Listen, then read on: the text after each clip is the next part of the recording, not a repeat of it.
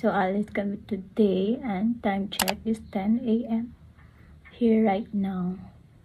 So samahan nyo nga kami gumala dito sa Nepals and 18 days na pala namin dito. So hindi ko na pala pinatapos yung videos while nagme-makeup ako kasi nga nagmamadali kami. After 15 minutes na biyahe is nandito na nga kami. At pinuntahan pala namin is Tapa Buddha and one of the biggest Buddha in Nepal. Bago nga kami gumala is naganap muna kami ng aming kakainan kasi nga hindi pa kami nag-breakfast. So dito pala kami nag-breakfast sa Buddha's Tapa restaurant. Gigil nga ako dito kasi nga akala ko first floor or second floor. So, hindi pa naman uso yung elevator dito. So, need natin umakyat ng 4th floor. How many floor? Sa wakas nga, nandito na din kami dahil super pagod sa auntie niya. Worth it naman pala yung pagod mga mare kasi nga super ganda ng view. And plus, sa harap lang ng Buddha.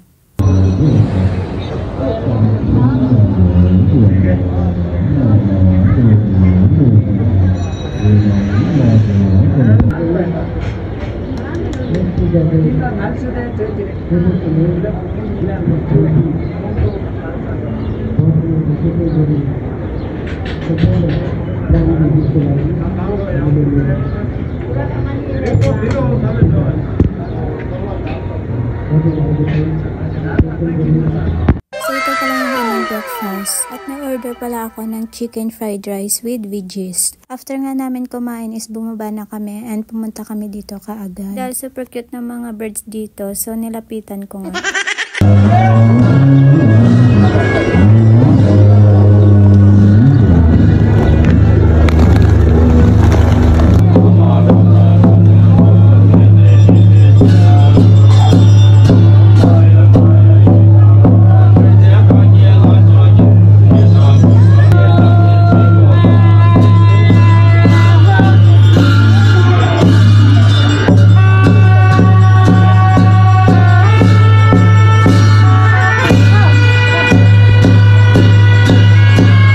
Hindi pa tayo na-satisfied sa mga birds so nilapitan natin ulit. Next nga is pumasok kami dito kasi nga curious kami.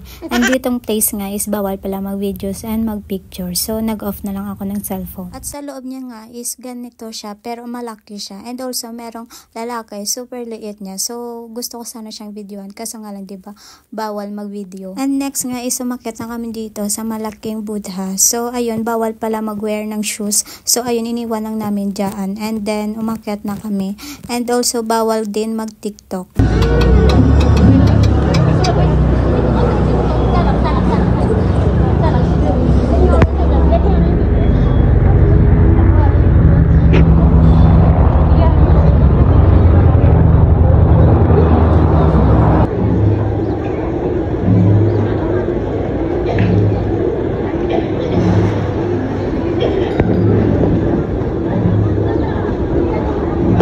And next nga is naglibot muna kami dito sa malaking Buddha. At alam niyo ba Mang Mare, sabi dito, if maglibot-libot ka daw ng 10 hours dito sa malaking Buddha, kahit anong wish mo is matutupad daw. Kahit nga super sikat ng araw, still malamig pa din. While nga naglakalakad kami dito, yung mata ko nga parang naluluha kasi nga masakit sa mata yung sikat ng araw. At nakalimutan ko din magdala ng shades ko. After nga na mag-ikot-ikot dito sa malaking Buddha is bumaba na kami. Pagbaba nga namin, bumalik nga ako dito ulit. After nga nito is bumili kami ng souvenirs. So that's all for today's video. Thank you for watching. Bye and God bless you all. Mwah.